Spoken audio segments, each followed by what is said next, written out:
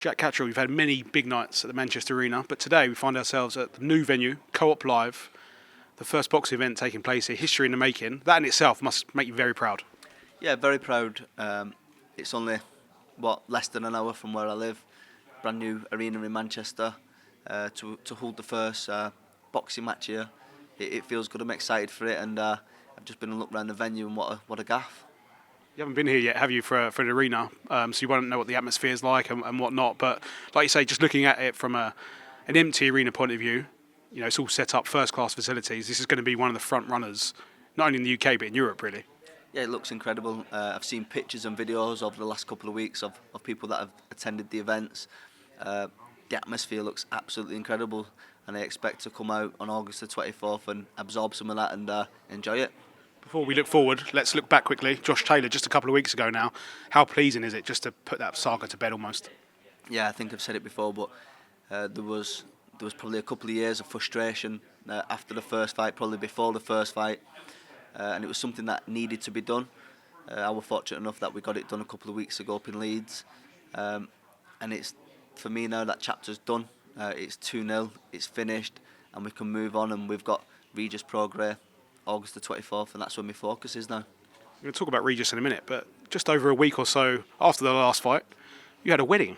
It must have been so much better just knowing that you had the victory. Not too many bumps and bruises, but it must have been a great day for you. Yeah, there was a lot of pressure. Initially, the fight was due the month before. We had the postponement, and listen, these things happen. But ultimately, it meant that I was getting married a week after the fight, so not ideal. But again, Lauren, my missus, is so supportive, and we do everything as a team. And I'm dead realistic. It wouldn't have been the same wedding if it had not gone my way. But I'd done everything I could to make sure I won that fight, and that's what I did, and it made the wedding that bit sweeter. Another big fight, Regis Prograis, like you say, huge two-time former world champion. Are you a fan of Regis first and foremost? Yeah, listen, I went to Regis's last fight in San Francisco. I've been watching him. I was at the fight against Taylor in 2019, so I've been following him, been watching him. Seen him box one of my former opponents in Tyrone McKenna out in Dubai some years ago.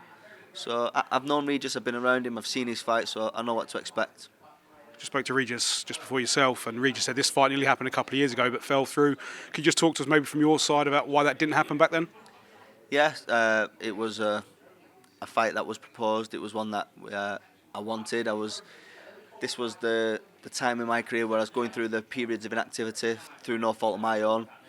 We've tried to do the fight through whatever reason. I think it was promotionally the fight couldn't happen, and it wasn't down to me or Regis why the fight didn't happen, but like he said, we're here now. You mentioned the word activity then. You could have probably sat out a little bit for the next couple of months and waited for this picture to unfold and be in line for a world title fight. But I get the impression from the outside looking in, activity is key at this stage of your career, and you wanted the biggest fight possible as quickly as possible. Yeah, I've been in them positions before. I was ranked number 1 by the WBO, waiting for that shot at the world title, and it took some time to get there. I'm not prepared now to sit out and wait for that perfect scenario where you fight for a world title. I need to put myself in the picture. I need to be busy and active. These are the fights that I've said to my manager, my promoters and my team that I want. And I think this is a brilliant fight to put me in that position to go on and fight for the world title. Yeah, obviously not overlooking Regis, but should you come through, surely it's a world title next. Yeah, I think you've got to find the balance and be realistic. I know what I've got in front of me. I've got a tough fight, August the 24th, two-time world champion who's hungry to become 3-time.